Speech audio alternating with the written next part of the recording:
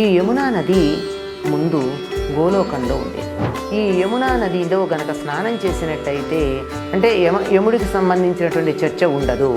ఎందుకు అంటే యమునా నదిలో స్నానం చేశాడు కదా, యముడు వాళ్ళని బాధించడు. యమున ఇద్దరు కవలలుగా సంజ్ఞకి సూర్యుని వల్ల జన్మించారు. ఎప్పుడైతే యమునా నది ఈ రకంగా తపస్సు చేయడం మొదలుపెట్టిందో అప్పుడు నమస్కారం. అసలు యమునా నదికి ప్రత్యేకంగా పుష్కరాలు జరిగేటప్పుడు దాని గురించినటువంటి వివరాలు కొన్ని తెలుసుకోవడం, అందులో స్నానం చేయడం అంతటి పవిత్రమైనటువంటి కార్యం అవుతుంది. ఈ యమునా నది ముందు గోలోకంలో ఉండేది. గోలోకంలో ఉన్నటువంటి శ్రీకృష్ణుడు భూలోకంలో అవతరించబోతూ తనని వదిలి ఉండలేనన్నటువంటి రాధాదేవిని నువ్వు కూడా భూలోకంలో జన్మిద్దుగానివిలే అని చెప్పి, సరే ఈ లోపల వారిద్దరికీ వచ్చినటువంటి శాపాలు మొదలైనవి కూడా కారణమైతే అప్పుడు రాధ అంటుంది, యమునా నది, గోవర్ధనగిరి, రాసమండలము ఇవేవీ లేకుండా నేను భూలోకంలో ఎలా ఉంటాను, ఇవి లేనిదే నాకు సంతోషం ఎలా కలుగుతుంది అంది. అంటే అవి కూడా నీ వంట వస్తున్నాయి అని చెప్తాడు. చెప్పగానే ఆజ్ఞ విన్నటువంటి ఆ యమునా నది భూలోకానికి తనకున్నటువంటి వేగాన్నంతా తీసుకుంటూ బయలుదేరి వస్తూ ఉంటుంది. ఇలా వస్తూ ఆ బ్రహ్మ పదం దగ్గర బ్రహ్మ ద్రవాన్ని కూడా దాంట్లో చేర్చుకుంటుంది. గంగానది చేరుతుంది. ఎప్పుడైతే పైలోకంలో అంటే గోలోకంలో యమునా నది భూలోకంలోకి వెళ్ళాలి అని తన ప్రయాణం మొదలుపెట్టిందో గంగా విరజ అనే 2 నదులు కూడా అందులో వచ్చి కలిసాయి. గంగానది కలిసింది, విరజా నది భూలోకంలో ఉండే ఒకానొక శతశృంగ పర్వత సమీపంలో ఉన్నటువంటి ఒక అద్భుతమైనటువంటి రజోగుణాన్ని పోగొట్టగలిగినటువంటి నది. ఇవన్నీ కూడా వచ్చి కలిసాయి. వీటన్నిటితో కలిసి యమున అన్ని లోకాలని ఒక్కొక్కటి ఇలా దాటుకుంటూ ఒక్కొక్క లోకం నుంచి ఇలా దూకుతూ వచ్చి బ్రహ్మపాదం తగిలినప్పుడు అంటే వామనుడు బ్రహ్మలోకంలో ఆ పైలోకాన్ని తన ఎడమకాలి బొటనవేలుతో చీల్చినప్పుడు అంతరిక్షం నుంచి దిగి వచ్చినటువంటి బ్రహ్మద్రవము అనేది ఏదైతే ఉందో అది గంగానదిగా వచ్చింది. అది కూడా కలిసింది. ఇలా ఒక్కొక్క లోకం నుంచి వస్తూ కళింద పర్వతం మీద దూకింది. ఆ కళింద పర్వతం మీద దూకి అక్కడి నుంచి భూలోకంలో తాను వ్యక్తమయ్యి వచ్చింది. ఇప్పటిదాకా వచ్చినటువంటిదంతా కనపడినటువంటి వ్యక్తమైన రూపం కాదు, కనపడకుండా ఉండేటటువంటి రూపంలోనే ఇలా దూకుతూ వచ్చింది. కళింద పర్వతం మించి వ్యక్తమైంది గనక ఆవిడ కళింద పర్వత పుత్రిగా కాళింది అనేటటువంటి పేరుతో లోకంలో ప్రఖ్యాతి పొందింది. ఈవిడ నల్లగా ఉంటుంది గనక కృష్ణ అన్నారు. కృష్ణుడికి ఇష్టురాలు గనక కృష్ణప్రియ అన్నారు. కృష్ణుడి యొక్క వామభాగం నుండి అంటే ఎడమ భాగం నుండి వ్యక్తమైంది గనక కృష్ణవామాంస సంభూత అనేటటువంటి పేరుతో కూడా ఈవిడ పిలువబడుతూ ఉంటుంది. అక్కడి నుంచి బయలుదేరి వచ్చి అనేక పుణ్యక్షేత్రాలన్నింటినీ దాటుకుంటూ ఇంద్రప్రస్థానికి వచ్చింది. అంటే ఈనాడు మనం చెప్పుకునేటటువంటి ఢిల్లీ అని చెప్పబడేటటువంటి ప్రాంతం.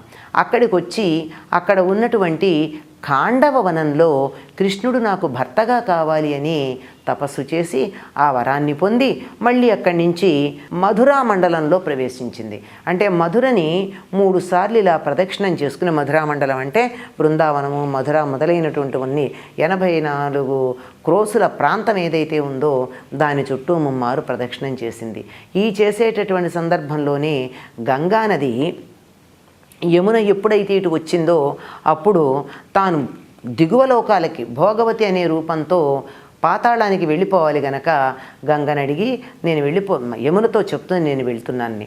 అప్పుడు యమున ఆవిడని అడుగుతుంది, మనం కలిసి వచ్చాం, ఇప్పటిదాకా బాగానే ఉన్నాం, నువ్వు నాతో వస్తే బాగుండు కదా, మరి ఏదన్నా నేను పొరపాటు చేశానా ఏమిటి, నన్ను క్షమించు అంటే అదేం లేదు, కృష్ణుడు ఆజ్ఞ ప్రకారం నేను భోగవతి పట్టణానికి వెళ్ళాలి గనక భోగవతి గంగగా అక్కడ నేను ఉండవలసిన అవసరం ఉంది గనక వెళ్తున్నాను, కానీ నేనే నువ్వు నొచ్చుకునేటట్టు చేశానేమో, నాకు కూడా మధురా మండలానికి వచ్చి అక్కడ ఉండిపోయి రాసక్రీడల్లో పాల్గొనాలనేటటువంటి ఉత్సాహం ఉంది, ఈ ఉన్నదాన్ని ఉన్నట్టుగా రాలేను కానీ ఏదో నా అంశ కొంత అక్కడికి వచ్చి ఉంటుంది, నీ యూధంలో నన్ను కూడా చేర్చుకోమంది.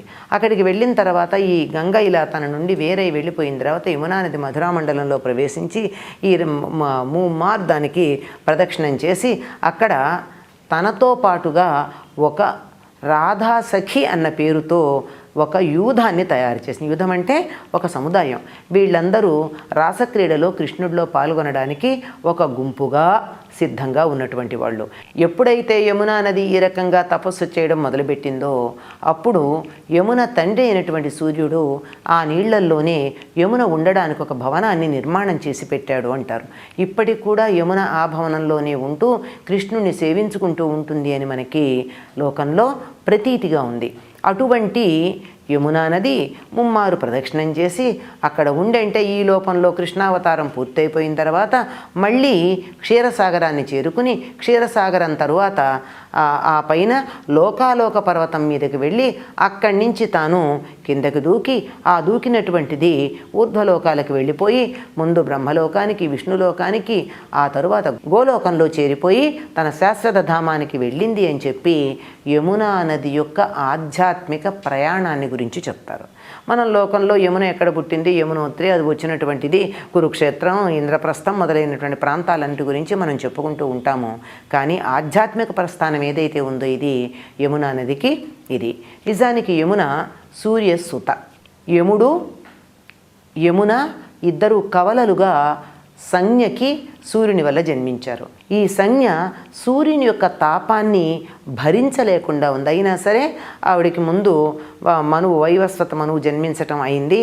తర్వాత ఈవిడ ఆయన్ని చూసి కళ్ళు మూసుకుందిట ఆ తేజస్సును చూడలేక. నువ్వు ఇలా బలవంతంగా కళ్ళు మూసుకున్నావు గనక నీకు ఎక్కడికక్కడ నియమాలతో చాలా కఠినంగా ఉండేటటువంటి కుమారుడు జన్మిస్తాడు అని అన్నట్ట సూర్యుడు. వెంటనే ఆవిడ కళ్ళు తెరిచి ఇలా కల్లోలంగా చంచలంగా అటు ఇటు చూసిందిట. ఇలా చంచలంగా ఉండే కుమార్తె జన్మిస్తుంది అన్నట్టు ఇద్దరు కలిసి జంటగా. యమ శబ్దానికి నియమము అనే అర్థంతో పాటుగా కవలు, జంట అనే అర్థం కూడా ఉంది. అలా జంటగా జన్మించాడు. జన్మించినటువంటి వాడు అన్నగారు యముడు, చెల్లెలి పేరు యమున. ఈవిడ మరి చంచలంగా చూసింది కదా తల్లి, అందువల్ల ఈవిడ ఎప్పుడూ చంచలంగా నదిగా ప్రవహిస్తూ ఉంటుంది. ఈవిడ సూర్యసుత. ఈవిడికి తరువాత ఛాయ వల్ల సూర్యుడికి జన్మించినటువంటి అశ్విని దేవతలు, బడబ, రేవతుడు, శని వీళ్ళందరూ కూడా యమునా నదికి సోదరవర్గంలో చేరినటువంటి వాళ్ళు. ఈ యమునా నదిలో గనక స్నానం చేసినట్టయితే యమునా స్నానం కృత్వ యమచర్చ నా అన్నారు. అంటే యముడికి సంబంధించినటువంటి చర్చ ఉండదు. ఎందుకు అంటే యమునా నదిలో స్నానం చేశాడు కదా, యముడు వాళ్ళని బాధించడు. మరి అయితే దీనికి కారణం ఏమిటి అంటే దీనికి సంబంధించి మనం రక్షాబంధన సమయంలో కూడా ఒక విషయం చెప్పుకుంటూ ఉంటాం.